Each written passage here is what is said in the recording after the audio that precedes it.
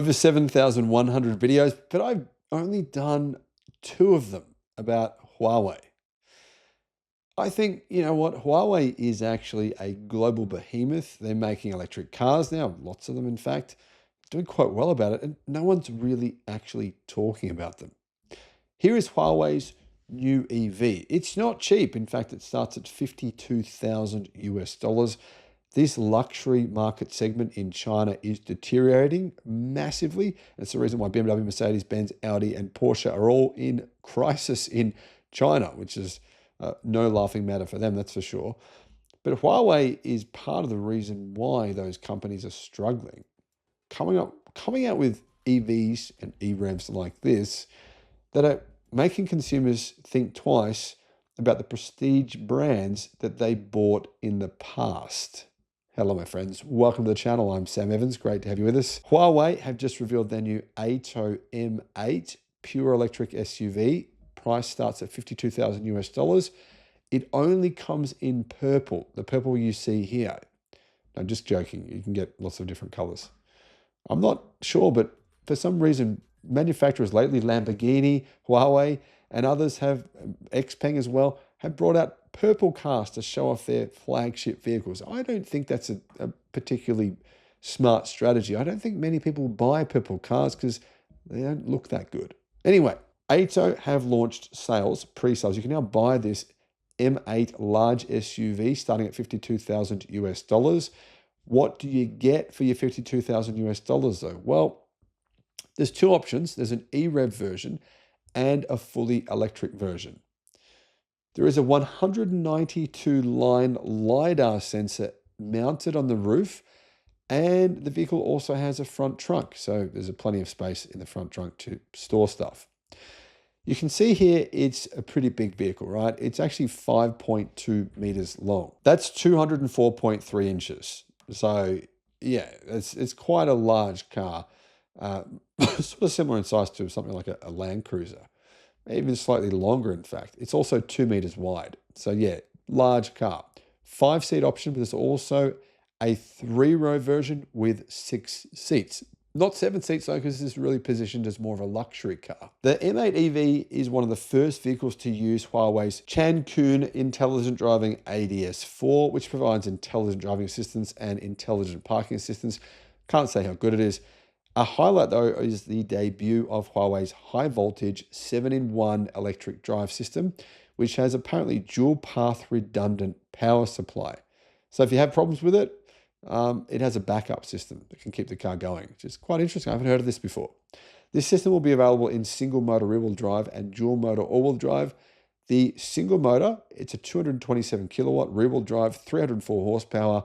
Dual motor is 160 kilowatt front motor, that's 215 horsepower. Rear motor, 227 kilowatt, that's 304 horsepower. So a total of 520 horsepower. Plenty of power. Battery size. It's actually exactly the same battery and the same size as the battery in the Zeekr 7X, the 100 kilowatt hour CATL chill-in battery, which has a range in this vehicle of 705 kilometers. That's CLTC. So WLTP range is about 600 kilometers. It also uses an 800 volt high voltage battery platform, which enables pretty fast charging. Charging speed, I believe, is around 500 kilowatts. So yet another electric car from China that has faster charging speeds than any cars that are manufactured by companies in the West. Richard Yu, Huawei's executive director and CEO of Terminal BG, announced on Weibo that the Ato M8 EV will be the first to feature Huawei's self-developed Drive 1 high voltage 7-in-1 electric drive. Now, apparently, the system saves 30% of cabin and trunk space, which is obviously ridiculous. You couldn't possibly save an additional 30%. It doesn't exist. But anyway, it improves cabin and trunk space. Maybe it just improves cabin and trunk space 30%, not saves 30%. Achieves a CLTC efficiency which is quite good at 92.2%. So that's one of the keys here. Getting your EV to be as efficient as possible. You're going to get more range from the same battery size. That's one of the big focuses here for this vehicle. Here's what Huawei said. The entire vehicle features dual A and B power paths, providing dual backup power. This ensures millisecond level fault isolation, for all safety-related components, guaranteeing the absolute safety of the intelligent driving system's power supply, efficiency, and noise reduction performance. Huawei's team utilizes multi-round AI optimization algorithms to achieve optimal motor parameters, minimizing sound pressure levels and refining sound quality. With 0.2mm ultra-thin silicon steel sheets, Huawei's self-developed silicon carbide modules and magnetic steel bonding technologies contribute to range and performance. Sounds like marketing speak to me, but anyway.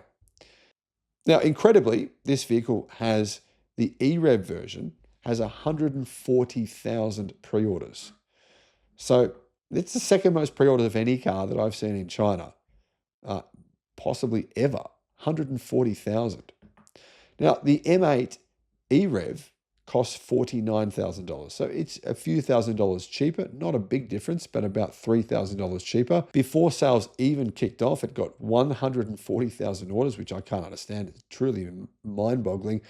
And it has a range of about 1,500 kilometers between the battery and the motor. But an e-rev doesn't quite work like a plug-in hybrid. It's a little bit different. The powertrain of the e-rev is actually basically the same, just with an additional small 1.5 litre turbocharged range extender engine. So it has 526 horsepower, all-wheel drive, 392 kilowatt, exactly the same power numbers, same motors front and rear. The battery, though, is either LFP or a ternary NMC battery, depending on which option you get, right? If you pay the standard price, $49,000, it comes with LFP. Pay a bit more, you get a bigger battery. The LFP battery is a 37 kilowatt hour battery. The NMC battery is a 53.4 kilowatt hour battery, meaning range for the base model e-rev is 201 kilometers, and for the longer range, it's 310 kilometers.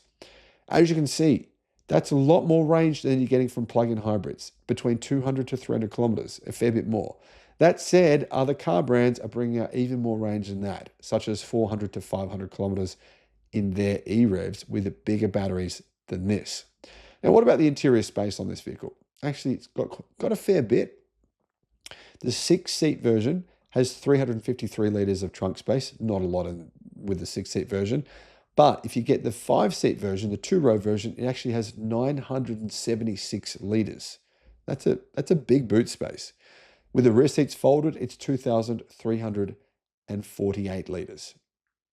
Now, there's actually quite a few versions of this car. The e-rev version, there's 6 different versions, starting at 49,000, going up to 61,000.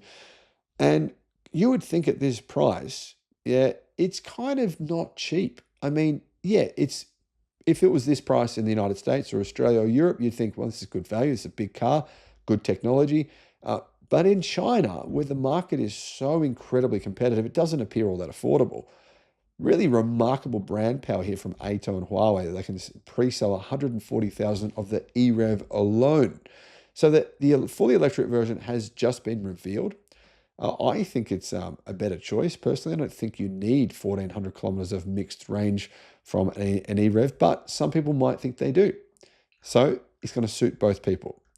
And honestly, this is the car. This is why BMW, Porsche sales down in China 30% this, 27% I believe it was in the first 6 months of this year on the back of bad sales last year. The same thing happening to Mercedes, Benz, BMW and Audi. They're all struggling in China. Cars like this are the exact reason why those 140,000 pre-orders, instead of going to European brands, are going to this Chinese brand. Let me know your thoughts in the comments. Thanks for watching.